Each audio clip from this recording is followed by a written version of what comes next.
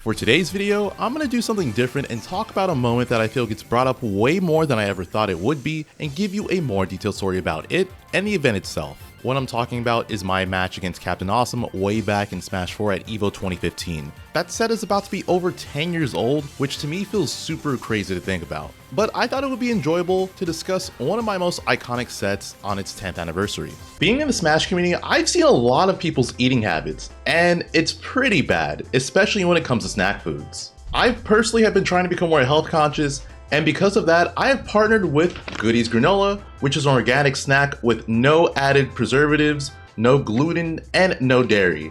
Most importantly, it tastes really good. I personally would recommend the blueberry vanilla, which I ate all before recording, but the honey nut is also really good, and every flavor I try has been delicious, so just try them all. If you would like to try this out for yourself, all you have to do is go to goodiesgranola.nyc, and you can use my code LarryLur to get 20% off your entire purchase. To start off, I need to talk about the rule set that EVO 2015 was running, which is customs. For some reason, during the early days of competitive Smash, EVO, the biggest fighting game tournament in the world, would opt to run rule sets the rest of the competitive Smash community was not running.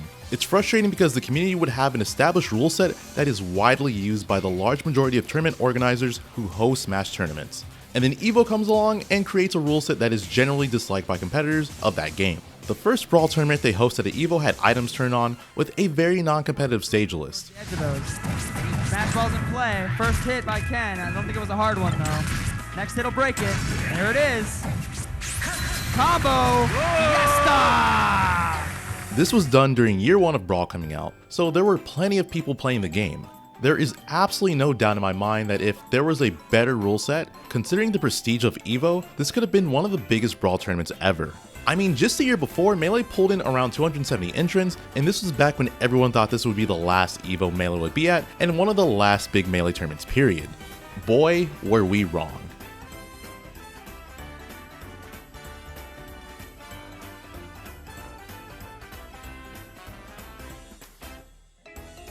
As a result of the rule set, very few notable players attended, and what could have been one of the biggest Brawl tournaments ever only had a little over 100 entrants. So when EVO pulled a similar thing in Smash 4, it was not a surprise. It was definitely frustrating considering the biggest fighting game tournament series ever is just completely ignoring what rule set is normally ran for the game you compete in. But at the same time, I think people were more willing to give it a chance since custom moves were pretty unexplored and people didn't really know how it would affect the meta competitively. This was the first year of Smash for the Wii U, so a lot of rules were still being argued. There was a whole debate on whether or not the game should be ran on 2 or 3 stocks and stage list choices. With there being plenty of time before EVO began, and the rule set being announced pretty early, a lot of tournament organizers started running events mirroring the EVO rules, so they would turn customs on. This would allow players to explore custom moves and help prepare for EVO if they decide to compete in it. I'm pretty sure before EVO, very few players actually used custom moves, so no one really knew how good or bad they were. I think for a lot of people, it was seen more as a novelty and not really something that would be seen in competitive play. Smash 4 was the first time an official Smash game has ever had balance patches, so there was also the question of whether or not the balance patches were made with customs in mind. I mean, there were some balance patch changes that would buff custom moves in one way or another.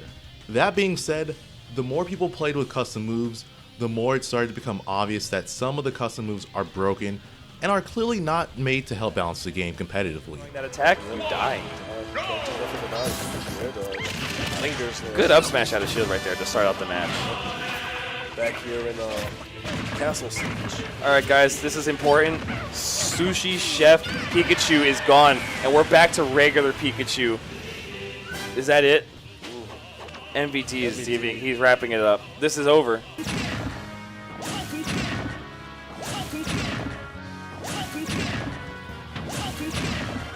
You better hope it doesn't. No, never taunt in a game, please. It's. Oh no. Yeah. Well, he doesn't even use it anymore. That's the interesting thing about Mii Brawler is that they don't even use that piston punch. They use the hurricane kick instead for the most part. That's still strong though. Oh, even if there are some bad characters that became a lot better with custom moves. For example, Palutena, who was a lower mid-tier character, became much better due to the fact that she had a move called Lightweight, which would greatly increase her mobility for a period of time. Think of it like her having a combination of Shulk's speed and jump art on at the same time. This was easily Palutena's best custom move, and probably best move period. This gave her a much better combo game and significantly more ways to close out stocks at earlier percents. The main drawback to this move is you only have the lightweight buff on for a period of time, and once the time is up, there's a period where Palutena cannot activate the move again, and her speed is slower than it normally is compared to her base stats. There was, however, a way to eliminate the drawbacks through a glitch that allows her to immediately activate lightweight again and ignore the cooldown timer. This was done by using the move on a platform. For some reason, when you activate it on a platform, it just ignores the cooldown. Another custom move Palutena would often use is her custom side special, Super Speed. The easiest way for me to explain this move is that you basically give Palutena Sonic Spin Charge, except she moves faster without needing to charge the attack and can also cancel the move without jumping to further increase her mix-ups with it. She could go into Super Speed and then immediately grab the opponent. Like a Sonic Spin Charge, she could jump out of it and combo the opponent in multiple ways, including being able to combo into her up smash. The biggest drawback to this move is that there's roughly a 3-second cooldown until she's able to use it again, and unlike lightweight, there's no glitch to get around this flaw to my knowledge. Another character that famously got better with customs was Donkey Kong. This was before the patch update where DK was able to do his cargo up throw combos to take stocks early, famously known as the Ding Dong. During this time, DK was pretty bad, but with customs, he became much better and was a very toxic character. Donkey Kong's custom up special, the Kong Cyclone, was like the second coming of Brawl Meta Knight's Tornado. The aerial version was pretty broken. The startup of the move had intangibility, and during the attack, DK has super armor, so timing a punish on the attack was pretty difficult. The attack itself also has a massive hitbox with a wind box to pull you into it, and does decent damage on top of putting you in a position where DK can get a follow-up, or if you're at a high enough percent, you can lose a stock to the move itself. It made edgeguarding DK much more difficult, with him being able to get a reversal and be in a much more advantageous position from a failed attempt.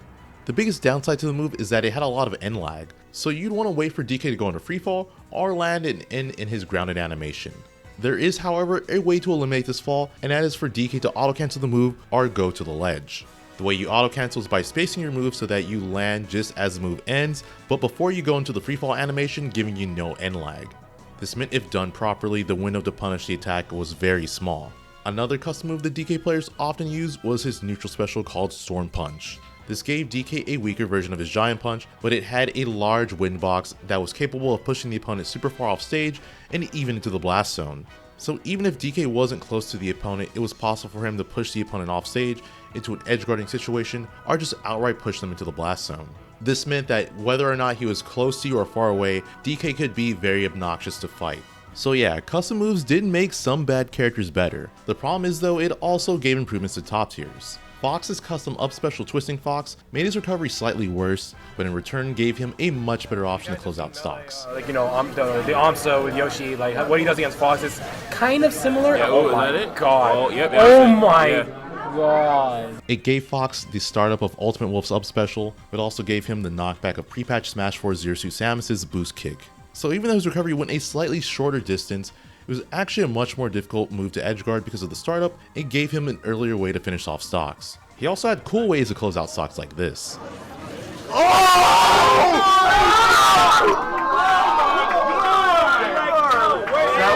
Let's go! Way to win a tournament.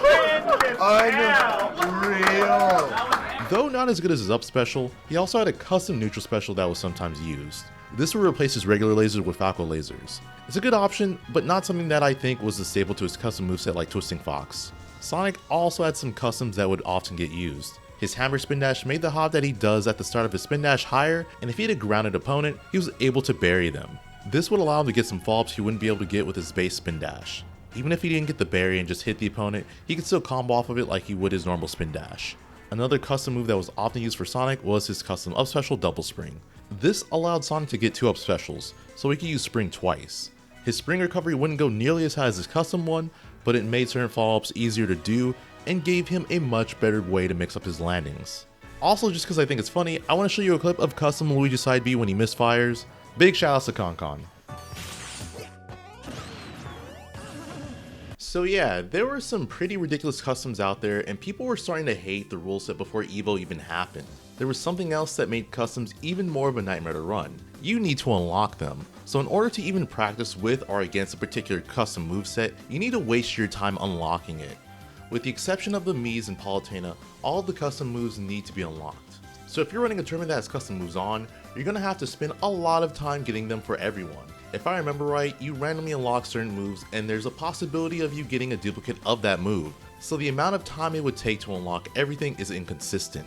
But yeah, that was the Ruleset EVO push on everyone and why custom tournaments were a thing for a while. Fast forward to a week before EVO and I'm practicing for it with my crew called 2 Scoops. Funny story about the crew name and how it came to be. I was with a group of my friends one late night playing Smash, and there's a box of Raisin Bran. I just start laughing at it and just joking with the people there. If you've never seen the Raisin Bran box, it's a giant sun holding 2 large scoops of raisins. And I just thought it was funny because aren't those other Ray's hands? Couldn't he hold more? Why is he limiting himself to only 2 scoops? But yeah, that's where 2 scoops came from, if anyone wondered. Anyways, as I'm practicing, I decided the week before EVO to change my controls. I decided to start playing tilt stick, meaning I switched my right stick from smash to attack. I started playing with and talking to Void a lot, who at the time was still living in Hawaii, but was staying in SoCal. He optimized Smash for Sheik with his perfect pivot combos, and also showed me how they could be used with Fox. So I decided to try it out. I think in the long run it was worth it since it's a control scheme I use to this day, but at the same time, probably not a smart thing to do a week before EVO. Now we get to EVO. I'm competing and also watching sets, and I remember seeing Captain Awesum playing against Rain. I remember Captain Awesum being up by a lot against Rain and just camping him out. It was one of those situations where he could have ended the match sooner, but he went for the timeout. I don't remember who it was I was talking to, but they told me that no matter what, Captain Awesum would almost always make a match go to time. I remember feeling bad for him because I'm thinking, damn, he's probably jet lagged from his flight to Japan, and now he's dealing with custom villager, which is something he may not have ever experienced before this set he's currently playing. Then I realized, wait a minute, I play the winner of this set. I've never played against custom villager before. What am I gonna do? Villager's custom moveset made it very easy for him to play for timeouts. His side special Pushy Lloyd was a giant Lloyd rocket that did multiple hits and pushed the opponent away from him. His custom down special when he planted the tree sprout would trip the opponent if they came into contact with it. And finally his custom up special, Extreme Balloon Trip, made his recovery have a hitbox. The balloon could explode even after Villager grabbed the ledge. The strategy for Villager is to just play around the ledge. The giant Lloyd rocket shields in front of you, making it difficult for the opponent to get in on you. You can place a tree sprout to help control space and give the opponent another obstacle they'd have to deal with. And if you ever feel threatened, you can retreat to the ledge, use your up special and create additional obstacles for the opponent to deal with. Even though planking is significantly weaker in Smash 4 thanks to not getting your legend vulnerability refreshed if you regrab, the exploding balloons in combination with tree sprout made it extremely difficult for a lot of characters to do anything about it. When Villager grabs the ledge and the balloons are still visible, he can detonate the balloons by doing up special again, so he can control when the hitbox is active. The entire strategy with custom Villager is to keep the opponent as far away as possible so that you can set up your obstacles and then pressure them from a distance to rack up percent. If they get close to you, hit them with the Pushy Lloyd, which sends them far away and wastes a few seconds if the opponent is hit by it. If they somehow get around that, then you retreat to the ledge where you utilize the exploding balloons and hope you're able to hit the opponent away to reset everything while also further stalling out time. Again, I've never played against this, so I didn't know what to do. I did know there was someone who could help me though, Void. The Hawaii scene had a lot of players that experimented with custom moves, and Void had a lot of experience against those players, including someone who used the custom villager moveset that Captain Awesum was using. Thankfully, I had some time until I had to play against Captain Awesum, so I contacted Void and rushed to the hotel room he was staying at. He explained to me how villagers' custom moves worked because I had no idea at the time. I remember one of the first things I asked Void is if he thinks I should go Fox against Captain Awesum, and he, without hesitation, said no. His argument being that once I lost the percent lead, I'd lose the match. Even though Fox has amazing ledge trapping, he doesn't have great options to deal with the villagers' planking thanks to the exploding balloons. After Diddy Kong recently got nerfed, Sheik took the title of the best character in the game during that time. She was also my second best character, and I had plenty of tournament experience with her. Her speed combined with her low profiling run and crawl made it hard for Villager to pressure at a distance with fair, bear, and aerial Lloyd rockets. Even if Villager planks, Sheik has answers to deal with it using her aerial needles and grenade. On top of already being an amazing character, Sheik also had good custom moves. Sheik's custom needles, penetrating needles, were a very strong move. She only throws 3 needles when they're fully charged, and they don't go as far as her default ones, but they do a lot of shield damage, making it easier for them to shield poke. They also have less end lag, making aerial needles more safe to throw out and easier to combo out of. And they can hit multiple targets, so it's harder for Villager to hide behind his Lloyd rocket. The custom grenade, Gravity Grenade, sends the opponent towards Sheik when they're hit by it. This allows Sheik to combo the opponent after they get hit with a few different moves, including up smash. So while Villager can still plank, it's riskier for him to do against Sheik, especially at higher percents, since it's much easier to combo needles into Bouncing Fish, which can close out stocks pretty consistently.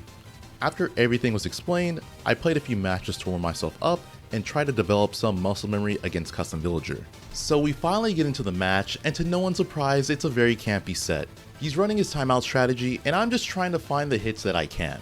Game 1, Captain Awesum could have easily won in my opinion, but it felt like he was only trying to win by timeout. There was a situation where he down aired me and he could have easily done a follow-up to take my stock and close out the game, but instead he opted to run to the other side of the stage. At this point, I'm at a very high percent, and I know I can easily lose my stock to something even if Captain Awesum may not be actively looking for it. In my head, I'm thinking to myself that I just need to sit back and try to get something started with aerial needles. I eventually was able to get him with an aerial needle Bouncing Fish, which didn't close out the game, but thankfully I managed to land it a second time before he was able to grab the ledge and close out game 1.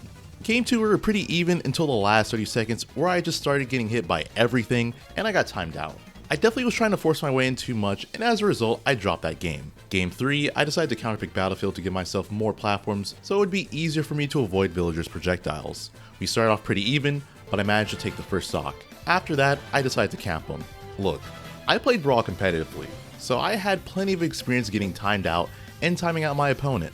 Throughout the entire set, I wasn't wearing headphones or anything, so I could hear the crowd the entire time. A lot of people were cheering me on, and there were a lot of words being said about Captain Awesum that I will not repeat.